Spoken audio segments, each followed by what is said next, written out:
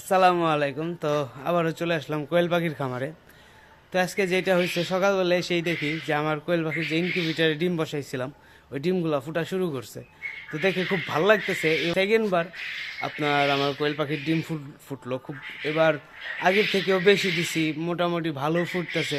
আগে যে ভুলগুলো আমি করছি সেই ভুলগুলো এবার করতেছি না, আগে থেকে আমি সব কিছু রেডি করে রাখতেছি। তো সব থেকে যেটা বড় ভুল করছি, তো আসলে কালকে ব্যস্ততার কারণে আমি আর কি ওদের যে ব্রুডিংয়ের যে ঘরটা ওইটা আমি তৈরি করতে পারি না আজকে।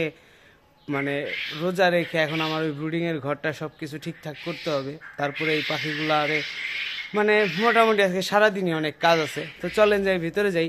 আগে সর্বপ্রথম আপনাদের কোয়েল পাখির যে বাচ্চাগুলো হইতেছে ফুটতেছে সেই বাচ্চাগুলোকে দেখাই।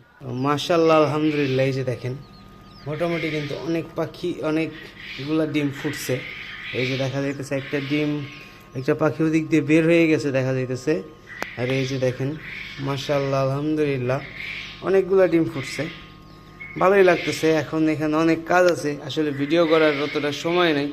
আর দেখাই যে আমাদের ব্রুডিংয়ের ঘরের কি অবস্থা। এর আগে ব্রুডিং করার পর আর কি কোনো কিছু এখানে পরিষ্কার টরিষ্কার করা হয় না, দেখতেই পাচ্ছেন আগে যে অবস্থা ছিল এই অবস্থায় আছে।